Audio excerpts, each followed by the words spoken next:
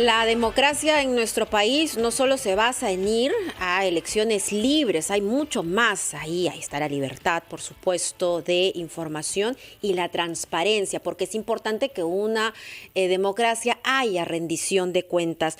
¿Cuán transparente es el Estado? ¿Cuán transparentes son los sucesivos gobiernos? Queremos evaluar eso luego de 20 años de entrar en vigencia la Ley de Transparencia y Acceso a la información pública. Por eso es que nos encontramos con Alberto Cruces, adjunto para Asuntos Constitucionales de la Defensoría del Pueblo. Señor Cruces, muy buenos días. Muchas gracias por estar aquí. Buenos días, Mabel, Fernando. Gracias por la invitación. Buenos días. Bueno, parece que fuera ayer, en realidad, pero la Ley de Transparencia y Acceso a la Información Pública entró en vigencia hace 20 años. ¿Cuánto hemos avanzado? ¿Cuán útil ha sido para la sociedad? ¿Y cuánto temor le tienen los gobiernos a esta Ley de Transparencia? La Ley de Transparencia es un hito importantísimo porque desarrolla un derecho fundamental que tenemos en la Constitución, el acceso a la información pública, y para medir su impacto habría que ver dónde estábamos, ¿no? Antes de la aprobación de esta ley vivíamos en una cultura del secreto, ¿no? Donde lo que se presentaba desde la autoridad, las autoridades, era que la información no podía ser conocida por la ciudadanía y más bien la excepción era acceder a esa información. Esta ley lo que hace es cambiar el estatus de las cosas y nos pone en la situación legal actual, que es entender que esta información es en principio pública y más bien las excepciones van a ser aquellas restricciones por las cuales la autoridad no podrá dar a conocer esta información. Ese es el principal cambio a partir de esta ley, que ha tenido todo un desarrollo en 20 años, institucional, con la creación de la Autoridad de Transparencia, el Tribunal de Transparencia, que son hitos que desde la Defensoría del Pueblo hemos impulsado en su momento y que hoy se encuentran vigentes. Tengo entendido que están ustedes previendo varias conmemoraciones de los 20 años de esta ley, que como dice usted ha contribuido a darle un contenido mucho más profundo y arraigado a nuestra democracia.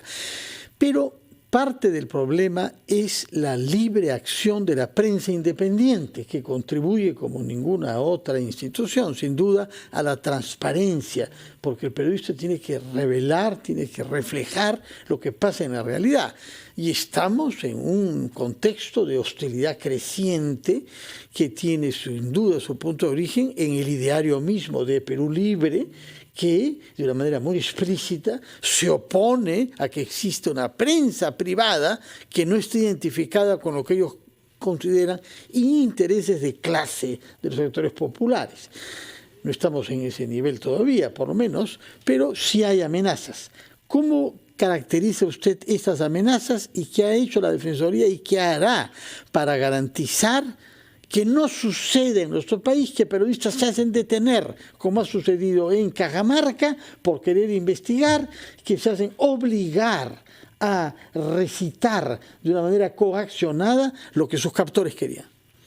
La Defensoría del Pueblo ha tenido una línea sostenida en defensa de la libertad de expresión y en su vinculación con los temas de transparencia. Como dices muy bien, Fernando, si los hombres y las mujeres de prensa no pudieran acceder a la información pública, pues no tendrían esa información a partir de la cual pueden difundir hechos de relevancia que van a generar opinión pública en toda la ciudadanía. Lo cierto es que en estos hechos lamentables que han sucedido en los últimos meses, que vienen y es un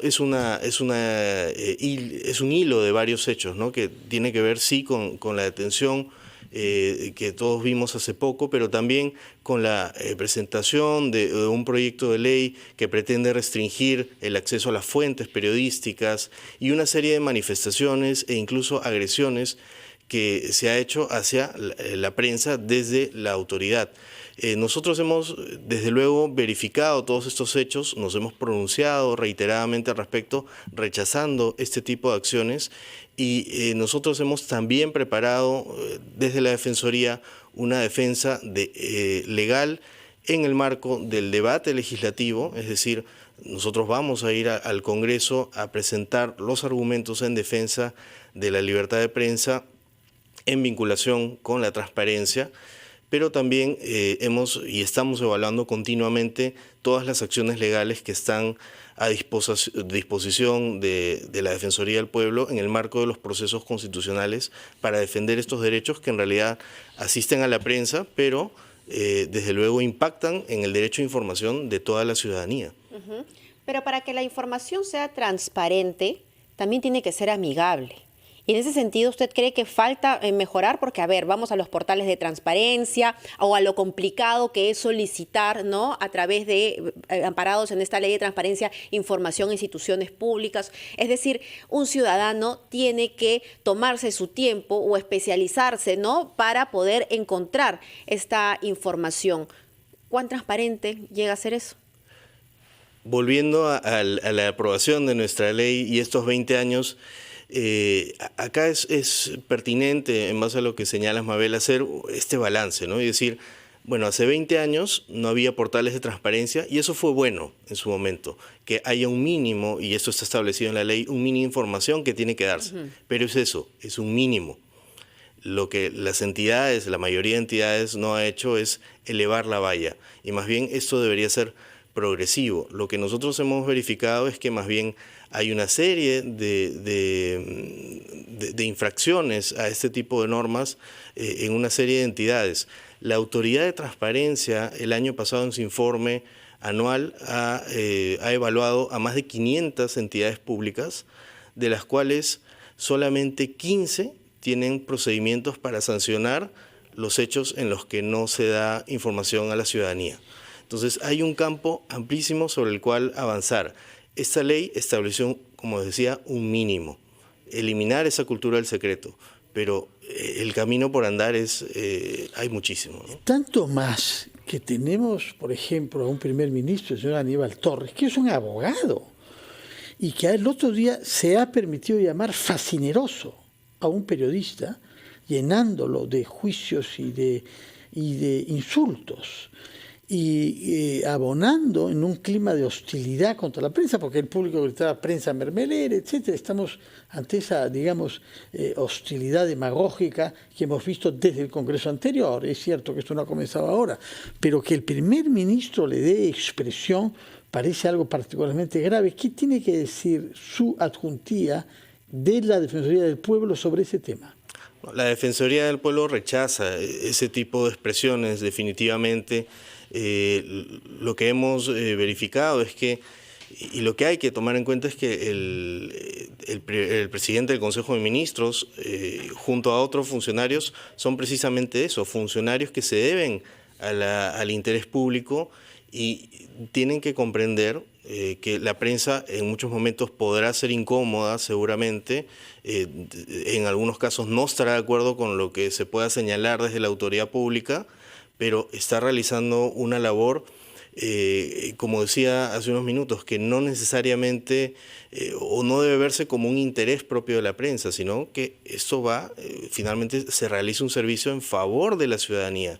Es esta prensa que traslada información y así es como la ciudadanía, ese pueblo al que se hace referencia, es el que se puede informar y puede tomar sus decisiones, sea para apoyar o para criticar. Y esa es la libertad en la que vivimos. Y si bien hablamos de la transparencia desde el Ejecutivo, ¿cómo podemos aplicarlo en los gobiernos locales, por ejemplo, ¿no?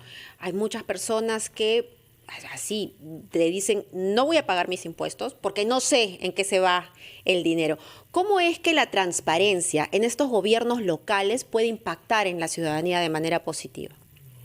En primer lugar, hay que hacer y esto es algo que desde la Defensoría tenemos muy asumido, que no es una lucha de un momento, sino que tiene que ser una continua difusión, una continua reeducación, para que las personas sepan que esto es un derecho, que no es simplemente una dádiva de la autoridad de turno, del alcalde o del gobernador regional que asume una función pública, sino que esto es un derecho y al margen de quien esté a cargo, las personas tienen la posibilidad de acceder a esta información. Entonces, en primer lugar, hay que informar, pero también lo que tendríamos que hacer es reforzar los mecanismos para acceder a esta información. Y en el Perú, lamentablemente, tenemos una divergencia, una serie de problemas en la legislación, incluso con una normativa que se ha aprobado este mismo año, que, por ejemplo, para decir algo muy simple,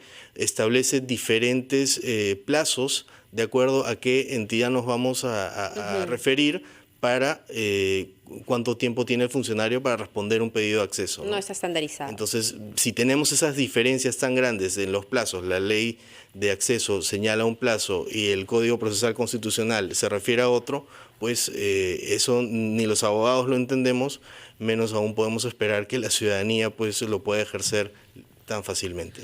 Bueno, señor Cruces, muchas gracias por explicarnos la importancia de esta ley de transparencia y acceso a la información que está cumpliendo 20 años en estos días, y también sobre el compromiso y la base constitucional de la Defensoría del Pueblo para la defensa de la prensa independiente en nuestro país. Muchas gracias por su presencia acá y que tengan muy buenos días, y ojalá que esta ley se aplique y se respete en todas las entidades